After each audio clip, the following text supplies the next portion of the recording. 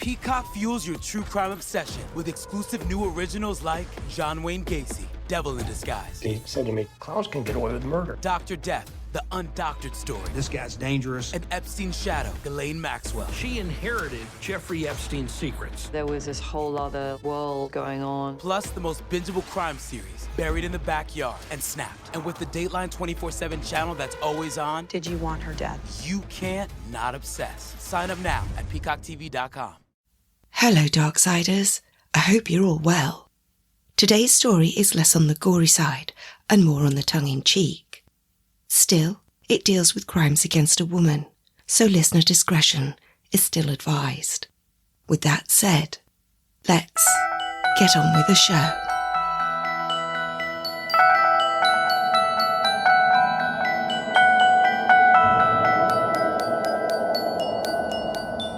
Today's story takes us to London, the capital city of England, the fifth most affluent city in the world according to WealthX, and the working home of the British royal family.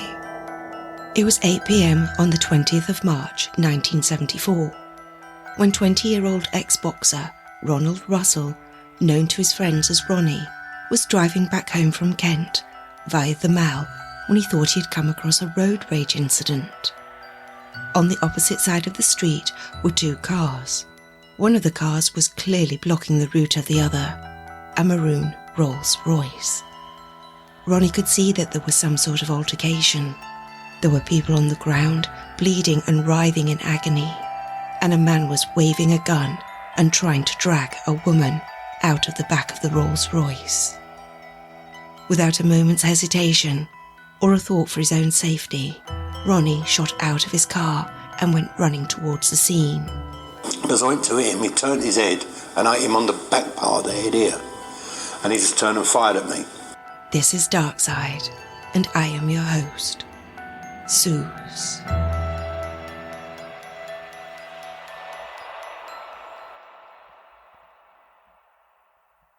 So what happened that night? Why had a gunman gone on a rampage of a car? And who was the female victim inside the car? Let's find out. Shots have been fired at Princess Anne and Captain Phillips. They escaped, but 4 people were hit, 1 seriously. So we've just heard the evening news headlines. It was Princess Anne, Queen Elizabeth's only daughter, and her husband, Captain Mark Phillips, that were in the car that night of the fateful attack. But how could such an awful event befall a royal, right in the heart of London? Where were the police, the armed escorts? Well, we need to look at what life was like back in 1970s London. In the UK, police officers, or bobbies as they are colloquially known, don't carry guns, and gun laws are very strict in the UK. Today, only 3 UK forces routinely arm officers: the Ministry of Defence Police, the Civil Nuclear Constabulary, who guard nuclear facilities, and the Police Service of Northern Ireland. Back in 1974, only one branch of London's Metropolitan Police carried guns, those that were assigned to protect the royal family. On the night of the attack, SO14 had only assigned one man to protect the princess. SO14 is Scotland Yard's Special Operations Branch charged with royalty protection. This may seem an awfully low number given today's accompanying armed entourage for any royal in the succession line to the throne. However, back in 1974, it was standard protocol to have just one bodyguard. Even the Queen only had one minder to accompany her on unofficial trips to and from the palace. Why, I hear you ask? Well, because no one ever thought anyone would go after the royals. The last attack on a royal had happened in 1936, when Jerome Banningham aimed a loaded revolver at King Edward VIII. No shots were fired, but Banningham served 2 years hard labour for his action. Back in 1936, the monarchy was at the height of a constitutional crisis after King Edward proposed to Wallis Simpson, an American divorcee. The country and the royal family rejected the marriage and Wallis Simpson, and it is believed this dislike for Wallis and the potential marriage to the monarch is what motivated Banningham. There was civil unrest in the country at the proposed marriage. The couple were booed when they were seen out together, and so the country and the royal family would not permit Edward to be both king and to be married to an American divorcee. He had to choose between them. And he chose his heart and thus abdicated the throne. I'm so glad we've moved on as a country since then. But by comparison, in 1974, the royals were more popular than ever, and there was constitutional peace. So why, then, would anyone want to go after the royal family at a time of such rest? And why go after Princess Anne? She was fourth in line to the throne. Surely the three in the succession line before her, Prince Edward, Prince Andrew, and the Prince of Wales and heir apparent, Prince Charles, would have been much more lucrative targets. Well, it would be 3 decades before the country would finally learn the answer to these questions. However, at the time of the incident, Princess Anne was considered the celebrity royal of her day, the it girl, if you will, much in the same way that Kate Middleton and Princess Diana were in their respective eras. The previous November, the 23-year-old princess had married Mark Phillips, a captain in the British Army. Their nuptials attracted 2,000 guests, and the New York Times said the televised audience of 500 million was the most ever for a wedding up to that point. The two had met through equestrian circles. The talented horseman had won a team gold medal at the 1972 Munich Olympics. Anne, herself, was known for her equestrian talents, having won a gold medal herself in 1971 at the European Eventing Championships. Both Anne and Mark went on to compete in the 1976 Olympics, making Anne the first royal ever to compete in the Olympic Games. And so, because of her commitment to the equestrian sport and her medals, the BBC named Anne its Sports Personality of the Year in 1971. So Anne, at the time, really was the nation's sweetheart and the it girl of the royals. On that night, in 1974, Princess Anne and her husband of 4 months were heading towards Buckingham Palace after attending a charity film screening. Anne's lady-in-waiting sat across from the couple in the back of the maroon Rolls-Royce, marked with the royal insignia. And in the passenger seat rode her one and only bodyguard for the evening, Inspector James Wallace Beaton, whom was carrying the standard issue gun of SO-14 at the time, a Walther PPK. Now, if you don't know what this gun looks like, just think of the type of gun that James Bond carries, and bingo. As the chauffeur drove down the Mall, a road that runs between London's Trafalgar Square and Buckingham Palace, a white Ford Escort overtook and forced the royal car to stop, literally just 200 yards away from the palace. A bearded man with light red hair exited the car and, holding 2 handguns, charged towards the rear of the limo. Inspector Beaton assumed that the man was a disgruntled driver and stepped out to meet him. From 6 feet away, the assailant shot the officer in his right shoulder. Ian Ball, aged 26, from London, was behind the attack. He had one intention that night: to kidnap Princess Anne, Queen Elizabeth's only daughter, and hold her ransom for £3 million, and no one was going to get in his way. There would be 7 men in total who tried to stop Ian Ball's attack: Ronnie Russell, 2 chauffeurs, a tabloid journalist, 2 policemen, and Inspector Beaton. 4 of the men would be shot in their valiant attempt to save the princess. But it was Ronnie Russell's vigilantism and strong-armed punch that brought the assault to a halt. Although Ball could not have known the route that the limousine would take that night, the palace had publicised Princess Anne's appearance at the event, potentially making it easy for someone to follow the insignia Rolls-Royce as it escorted her from the theatre that evening. Despite having taken a bullet to the shoulder, Beaton withdrew his Walther PPK and tried to shoot Ball. But his wounded shoulder prevented him from taking correct aim. He fired once but missed Ball. He tried to fire his gun again, but unfortunately, it jammed. Ball turned to the rear door behind the driver's seat and started shaking it. Anne was on the other side. Open, or I'll shoot! As the Princess and Captain Phillips did their best to hold the door shut, Princess Anne's lady-in-waiting crawled out at the back door on the passenger side of the limo and ran for help. Beaton, despite the wound to his arm, took the opportunity to jump back into the limo. I went into the car and then Ian Ball turned back. He fired and the bullet went into my hand. So I said to Mark Phillips, release the door and I'll kick it because my feet were beside it. And then I was under the assumption it would hit Ian Ball. And when I kicked the door open, he was just standing there with his gun.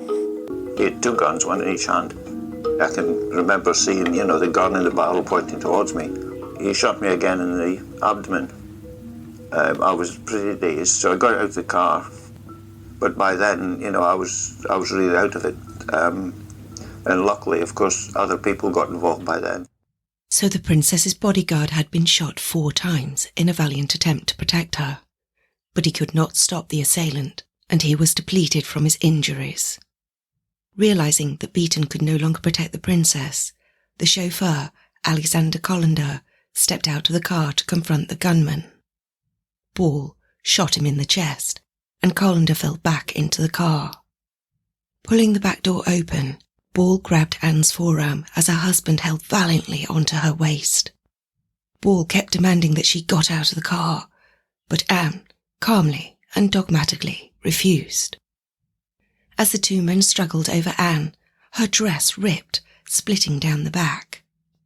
Instead of panicking, she had what she later recalled as a very irritating conversation with her potential kidnapper.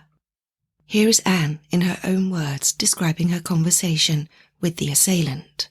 And then he opened the door, and we had a sort of discussion. Well, he said I had to go with him. I said I didn't think I wanted to go. Thank you very much. I was scrupulously polite. Now, this discussion was interspersed with occasional bursts of activity from elsewhere. And then we went back to having this rather tedious discussion about not going anywhere. He got the door back open, but in the process of getting the door back open, the back of my dress split from top to... all the shoulders went out of it. And that was his most dangerous moment. But I lost my rag at that stage. And then he grabbed my arm and pulled. Unfortunately, well, I don't know whether it was me holding on to him or him holding on to me, but anyway, we maintained the status quo for a bit. So I wasn't going anywhere, put it that way. Please forgive the laughter in the background of the clip. The princess was giving an interview with Michael Parkinson some years after the attack, when she could regale the event with a modicum of humour that is so indicative of how Anne carries herself. But back to the attack. By now, other police officers had arrived at the scene. However, constables hesitated to advance on an armed man so near to a princess. Anne and Mark could see them, and could see they weren't advancing on Ball. The rescue seemed so near, but yet so far. Constable Michael Hills, 22, was the first police presence on the scene. He had been patrolling nearby when he heard the sounds of a struggle. He assumed the conflict was over a car accident, and so he approached Ball, not realising the magnitude of the situation. He touched Ball on his shoulder, and the gunman turned around and shot Hills in the stomach. Before he collapsed, Hills maintained enough strength to radio his station. This was the first alert that went out to the police. Another motorist, a chauffeur named Glenmore Martin, had noticed the altercation and parked his car in front of the white Ford to keep Ball from escaping. He also tried to distract Ball, but when the gunman aimed at him, Martin turned to help Officer Hills on the side of the road. Meanwhile, Daily Mail journalist John Bryan McConnell came onto the scene. He had been passing by and had also seen the altercation. Recognising the insignia on the limo, he knew a member of the royal family was in danger. He tried to coax the gunman to put the weapon down, but instead, McConnell was shot and he fell to the ground beside the constable. After McConnell fell, Ball turned back to his struggle for Princess Anne. But it was at this point that Ronnie Russell, our valiant hero from the top of the story, was running to the scene. Spotting the assailant trying to pull Anne from the car, Ronnie rounded on him, momentarily distracting Ball. Anne seized this brief opportunity and reached for the door handle on the opposite side of the back seat. She opened it and pushed her body backwards out of the car. But by now, Ball had recomposed himself, and he ran around to Anne's side of the car. She deftly jumped back into the car and slammed the door shut. Ronnie ran around to where Ball was pulling frantically on the door handle on Anne's side of the car. And as we heard in his earlier audio clip, the former boxer delivered a well-timed and well-deserved punch to Ball's head. This blow dazed Ball and he staggered back.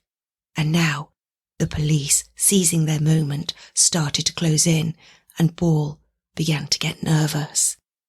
So Anne, as cool as a cucumber, as she had been throughout the entire assault, said through the window, "Come on, now's your chance." And he then legged it off towards the park. And Ball did just that.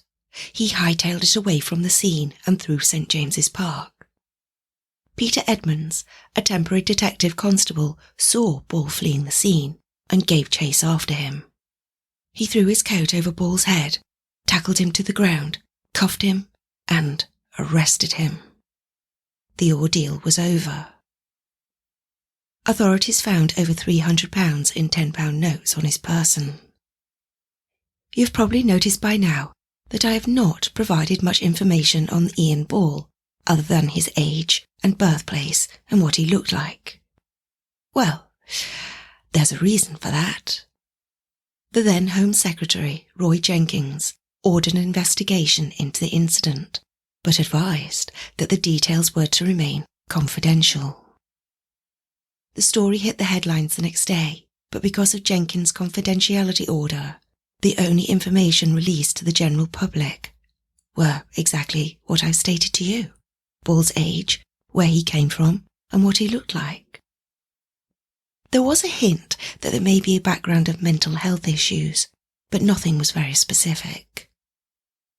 The country collectively scratched their heads, trying to work out how this potentially mentally ill man could have masterminded a well-funded, well-thought-out kidnapping attempt on his own.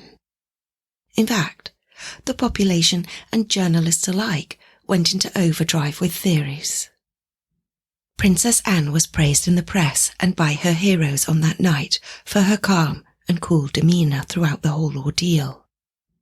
And in keeping with this level-headed attitude, just the day after the attack, the Princess and Captain Phillips returned to their normal routines at their home on the grounds of Sandhurst. He instructed cadets on the rifle range, and she tended to her horses. Days after the kidnapping attempt, a group calling themselves the Marxist-Leninist Activist Revolutionary Movement, that was a mouthful, sent a letter claiming responsibility to the Times of London. But Scotland Yard dismissed any connection between that group and Ball. Roy Jenkins told the papers that he had ordered an increase in royal protection. However, Buckingham Palace released a statement saying that the royal family had no intention of living in a bulletproof cage. Chief among them was Princess Anne, who valued her privacy even after recognising how fortunate she was in escaping unscathed. However, they did concede to having 2 police escorts instead of 1. Ian Ball appeared in court on April 4th, 1974, charged with attempted murder wounding with intent to cause grievous bodily harm, and attempting to kidnap Anne. He pleaded guilty to all charges. His lawyer spoke about his history of mental illness, but Ball also gave a statement on what motivated his crime, to draw attention to the lack of facilities for treating mental illness under the National Health Service. Ball was sentenced to a life term in a mental health facility. He has spent at least part of his internment at Broadmoor, the UK's highest security psychiatric prison, notorious for housing some of the UK's most prolific criminals, such as Ronnie Kray, one half of the Kray twins, Peter Sutcliffe, also known as the Yorkshire Ripper, and Charles Bronson, dubbed the UK's most violent prisoner. Ball remains there to this day under the Mental Health Act. Even after Ian Ball's sentencing, the public would know little else about him, except for, as I've already stated, his birth date, where he's from, and what he looks like. In fact, it would be 3 decades before the public would learn of Ball's identity, his background, the lead up to the attack, and why he even chose Princess Anne. This information was released only because the British National Archives upheld their 30-year rule, which requires the release of cabinet papers 30 years after their filing. So, after 3 decades, people finally learned all about Ball. And I can tell you, it is a bizarre ride where the facts are stranger than the fiction. At the time of the attack, he was an unemployed labourer. He had a history of psychotic disturbances and had been seen many times at the St Mary Abbot Hospital in London between 1967 and 1972. He was diagnosed as schizophrenic and given tranquilizing drugs. He dropped out of school at 16, worked odd jobs, and lived in a concrete tower block. And, according to experts, Ball heard voices in his head telling him what to do. Ball, who was classified as neither being anti-royal nor politically motivated, spent 2 years planning the kidnap in minute detail. He had been to Spain to buy 2 pistols. He had rented a house in Fleet, Hampshire, not far from Sandhurst, where Princess Anne was living with Captain Phillips. Using the name John Williams, Ball had rented a car in which police would find 2 pairs of handcuffs, Valium tranquilizers, and a ransom letter addressed to the Queen. He had typed this rambling note, which criticised the royal family and demanded a £3 million ransom to be delivered in £5 notes. How bizarre. That is 20 million in today's standards. He intended to give the money to the National Health Service to be used to improve the care and treatment of psychiatric patients. Ball asked the Queen in his ransom note to have the money stored in 20 unlocked suitcases and put on a plane destined for Switzerland. Queen Elizabeth herself needed to appear on the plane to confirm the authenticity of her signatures on the needed paperwork. Unbelievable. He was found with the ransom note on him at the time of his arrest.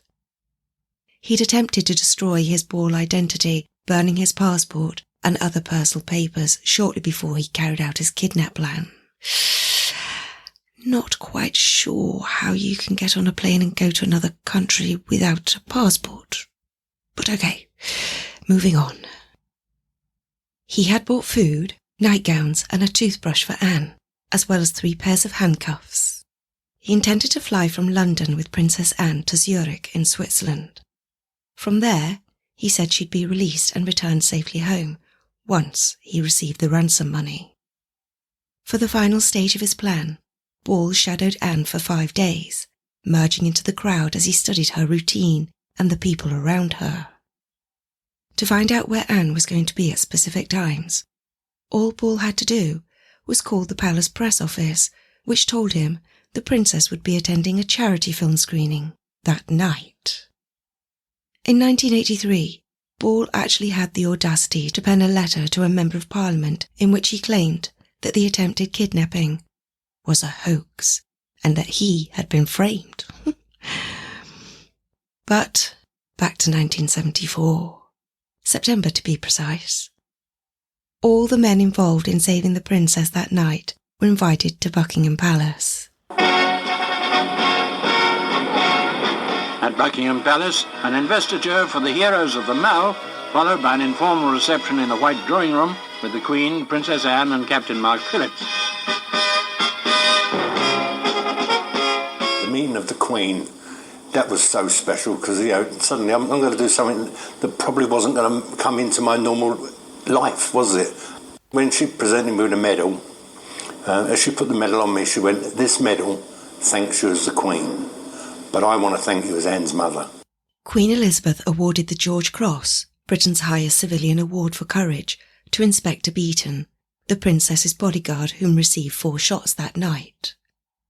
She presented the George Medal, the second highest civilian honour for bravery, to Police Constable Hills, who was the first police officer shot on the night, and to Ronnie Russell, our valiant boxer who punched Ball.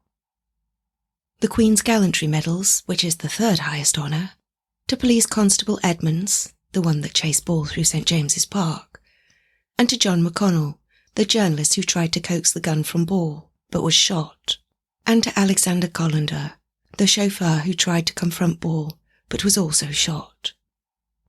Glenmore Martin, the motorist that parked his car in front of Ball's to prevent him from escaping, received the Queen's Commendation for brave conduct.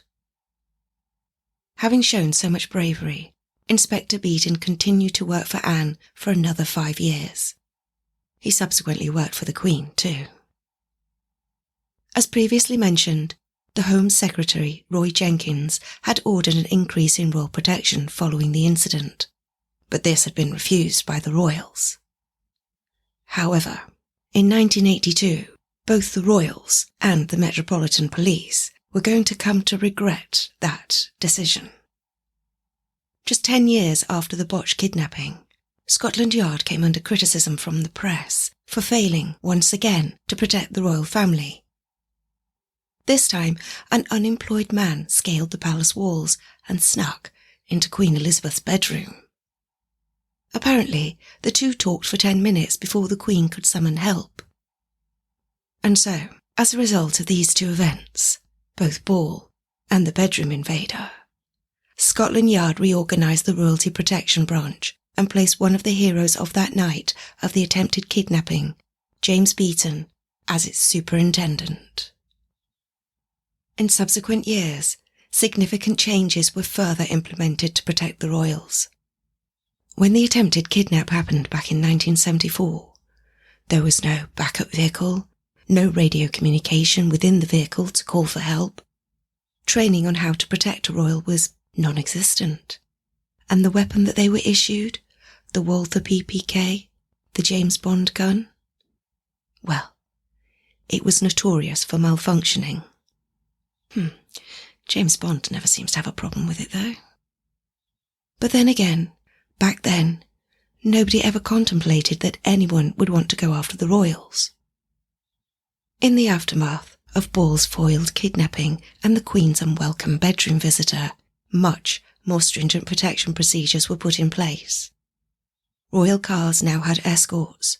Specialist training was given to all members of the police assigned to the royals.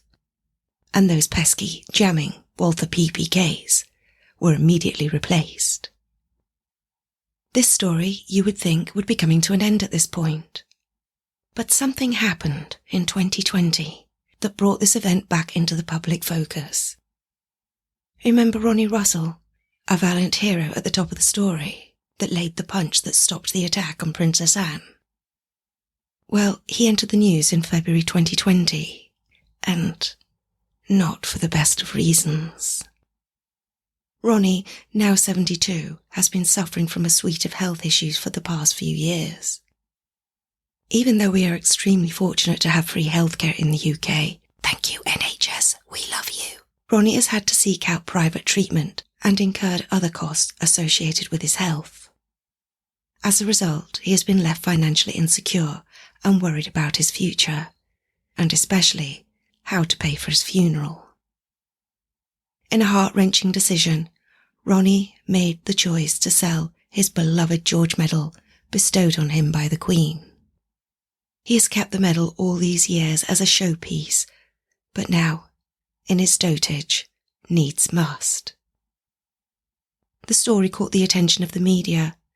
Such a brave, heroic man having to sell his most prized possession, and it really grabbed at the heartstrings of a nation. I'm obviously saddened that I've reached the stage in my life where I need to sell the medal.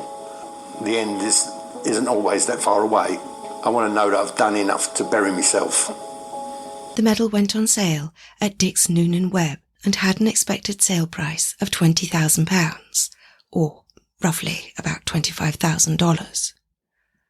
However, whether it was the media attention or the fact that his story of heroism and hard times touched an entire country, the medal ended up selling for a whopping £50,000, which is approximately $65,000. With this money, Ronnie is guaranteed to live out his days well. And I don't know about you, but I wish him many years of better health and security. He is a true gent.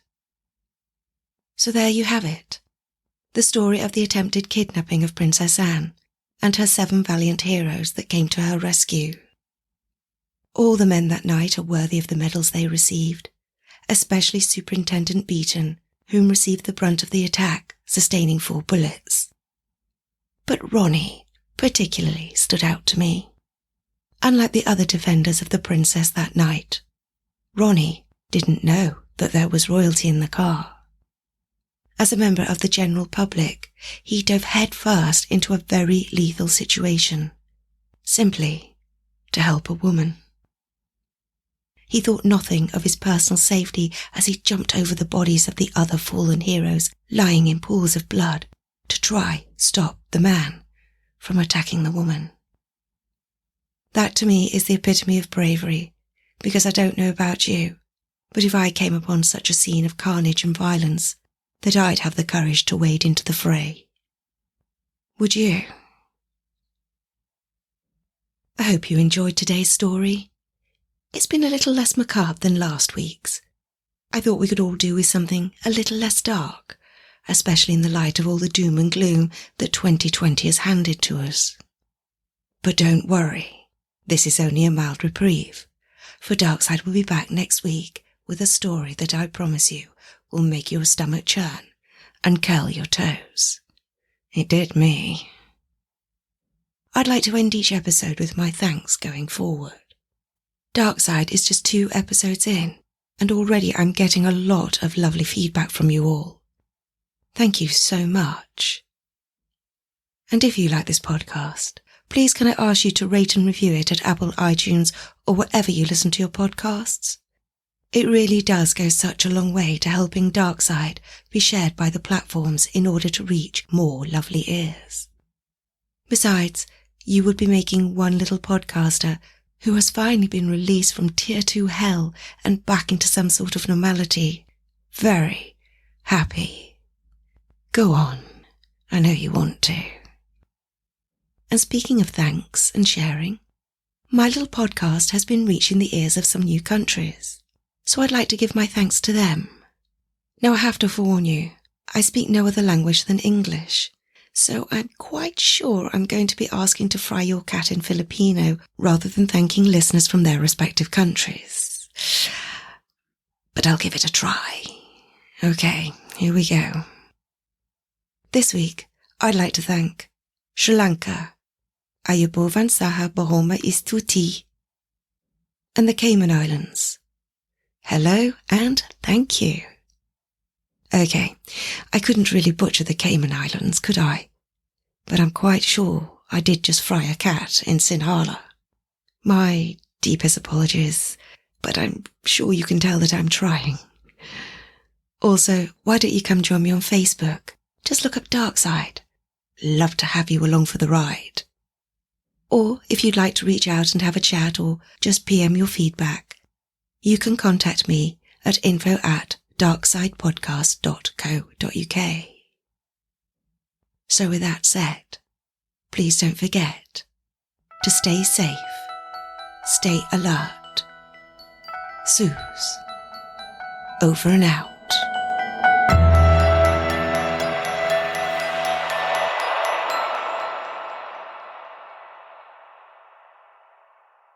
Peacock fuels your true crime obsession with exclusive new originals. John Wayne Gacy, Devil in Disguise. Clowns can get away with murder. And Epstein's Shadow, Ghislaine Maxwell. She inherited Jeffrey Epstein's secrets. Plus the most bingeable crime series, Snapped. Sign up now at peacocktv.com.